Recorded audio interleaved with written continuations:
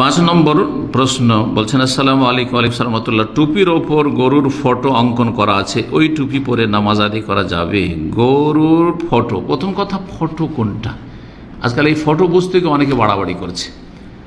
শুধু মনে হচ্ছে যে এতে পাগুলো আছে আর একটা বডির মতো গরু অথবা ঘোড়ার, কিন্তু তার নাক বোঝা যায় না, চোখ বোঝা যায় না, কান বোঝা যায় না, কিছু বোঝা যায় না। এটাকে ছবি মনে করে অনেকে। এটা ছবি নয়, এটা ছবি কাঠের কাণ্ড, গাছের কাণ্ডর মতো। এটা ওলামারা বলেছেন, যতক্ষণ পর্যন্ত মাথা, নাক, চোখ ইত্যাদি সব না বোঝাবে, হাত আঙ্গুল না বোঝাবে, ততক্ষণ পর্যন্ত সেটাকে প্রতিমূর্তি অথবা ছবি বলা যাবে না, ছবি বলা যাবে না।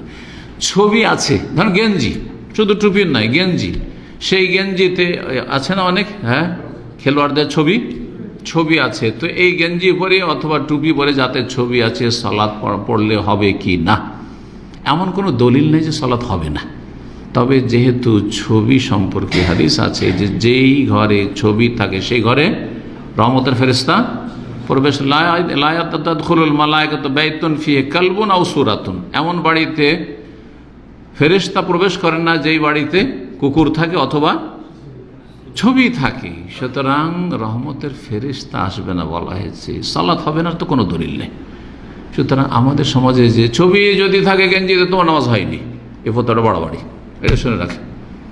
নতুন এই জন্য লাগবে কারণ কড়া ফতোয়া শুনে আছেন, আসলে কথা বোঝা গেছে। কিন্তু অবশ্যই সেই সালাতটি আপত্তিকর, মাকরুহ।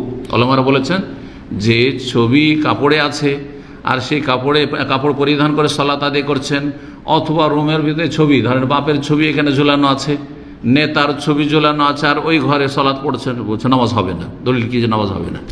মাকরুহ এরকম জায়গাতে সালাত পড়া, কিন্তু সালাত হয়ে যাবে। জি।